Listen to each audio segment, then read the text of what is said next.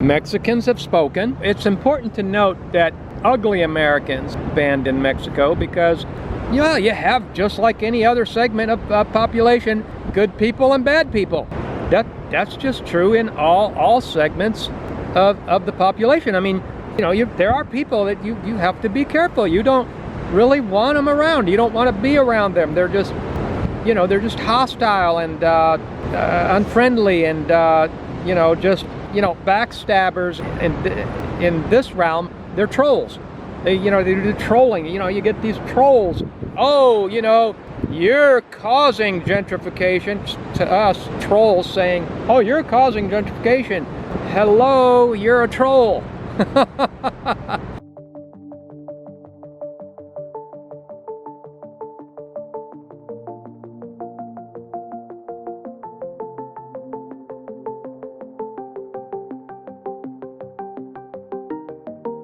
We've lived abroad 8 years and have never paid more than $300 for 4-bedroom houses.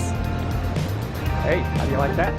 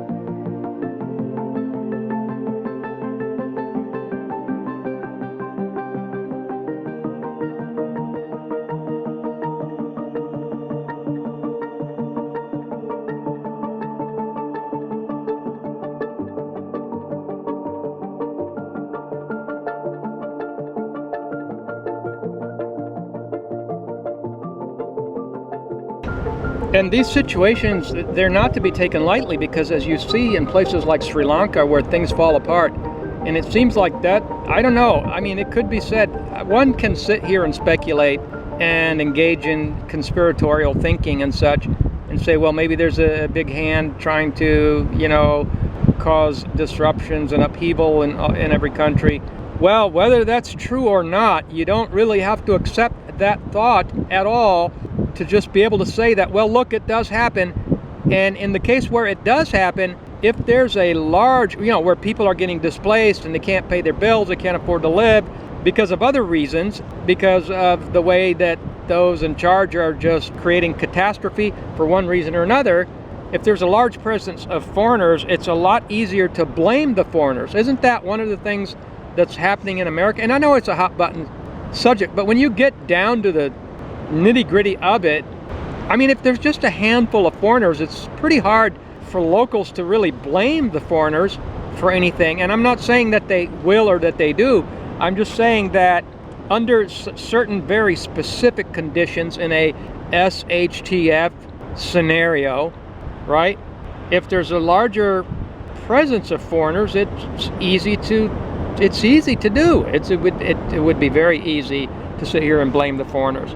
And so it's not a matter to take lightly. It's a self-preservation issue. It's a standalone self-preservation issue to say that, look, if there's a large expat community, and they're shrugging this off like they do in America and say, well, it's just capitalism, it's just free enterprise, what have you. You know, in its simplistic terms, you can shrug things off and say, well, it's free enterprise, but within the context that I just described, it could be a powder keg scenario. And no, we don't want to be in a powder keg scenario, especially after 2020.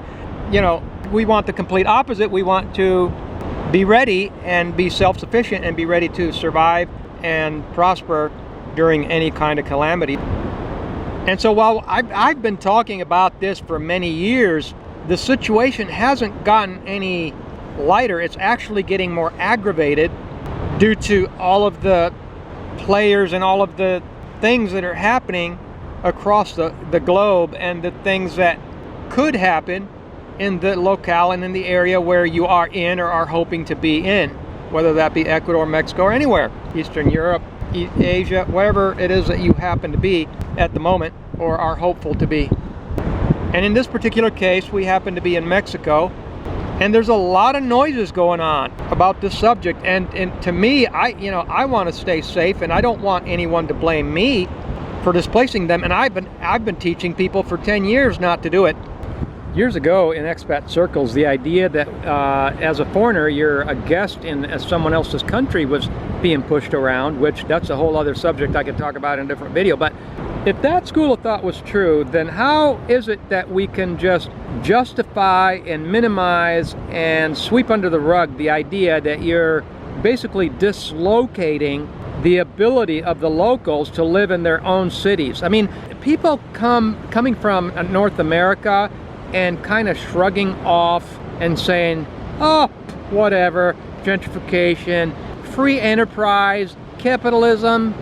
And while there's a lot of videos out now exposing it, there isn't really a whole lot of people, well, like for example, you know, from a hit the fans scenario, and, you know, get more self-sufficient and pull out of these societies that could be collapsing scenario. That's just another point of conflict that you really want to avoid. So the idea is to make yourself more resilient and more self-sufficient, not expose yourself to more conflict that for one reason or another people engage with these kind of behaviors, and you've got people promoting engaging these kind of behaviors and shrugging it off and minimizing, which is what Retire Abroad media and magazine promoters and shills have always done and are still doing, even in this age of post-2020. So be warned, when you say the word gentrification, to me, when you use the word gentrification, you're minimizing what's actually happening. And I think it's just a nice way, or not nice, but it's a way to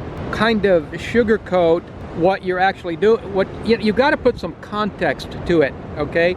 So because when you're in America and, you know, people come in and get pushed out in their neighborhoods, well, have you looked at a map of America and seen how big it is? I mean, look, you're still within your own political arena in the sense that you're still in America. You know, if you have to move 50 miles out, if you have to move 100 miles out, if you have to move to the neighboring state, you're still in America. You know, you can work remotely, but there's lots and lots of options that people have in America. I've been sounding the alarm for many years, and at some point, I just want to take care of my family, be self-sufficient, be more resilient, and be able to survive and prosper with my liberty intact.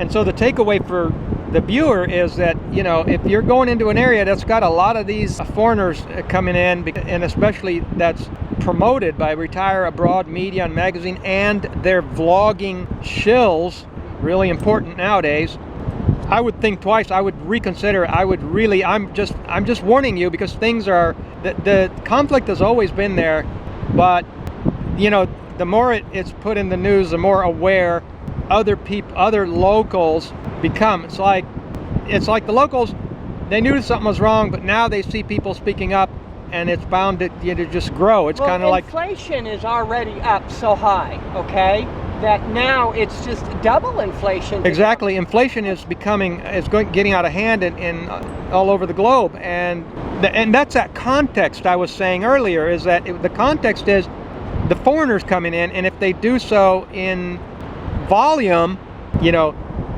it's time to take this serious. It's always been time. We've always taken it serious for 10 years. we've never paid more than the local rate for our housing and for our food and everything else. So that was a way for us to stay in the good graces of the locals. Believe it or not, there's a lot more to this subject that could be said. This is a simplistic overview, but you know, we've always stayed in the good graces of the locals. But if if we find ourselves in the middle of something like that, where there's a lot of expats that are being blamed and we're not even doing it, then it's like, well, we need to get out of here. Exactly. Because, you know, foreigner's a foreigner and people on the street can't tell. You know, it's just a lot of times the foreigners will just group you all together, and things escalate to higher crime rates and this kind of thing. Yeah, it puts somebody in a position of being forced to remove themselves from this wholesale gentrification.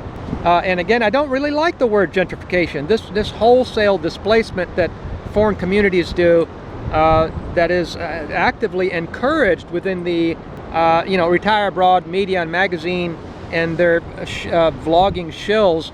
It's actively encouraged. So this is an issue that you have to be aware of, and it has to be front and center of our foreign living.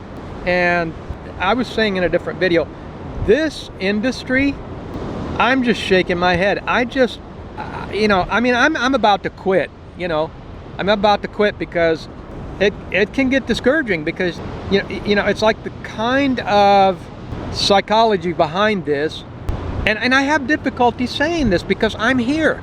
Yes, I'm here, but I'm not here the way the Rams and their vlogging shills encourage people to do it.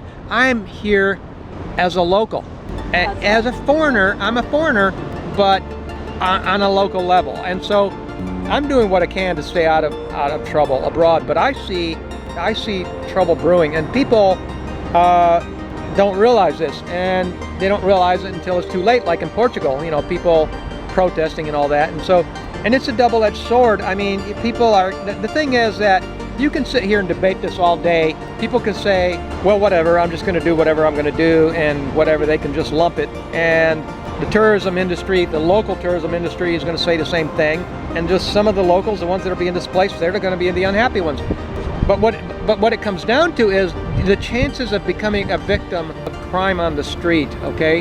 A crime based on resentment towards foreigners, and the chances of that increase. That's my whole point. If I was going to put this in a nutshell, I don't want to be in a group of a category of despised people. So, I'm looking for a way to keep my liberty, be prosperous, be free, and keep my liberty. And get plenty of sunshine and go to the beach and do some decent fishing. And be prepared, stock up on fish, stock up on whatever you can stock up on, water. I mean, this is why I say in my videos that a small group of very determined people can accomplish a lot. Liberty, safety, prosperity. All right, well, I hope you got something out of that. Thanks for coming to the video, and have a wonderful day.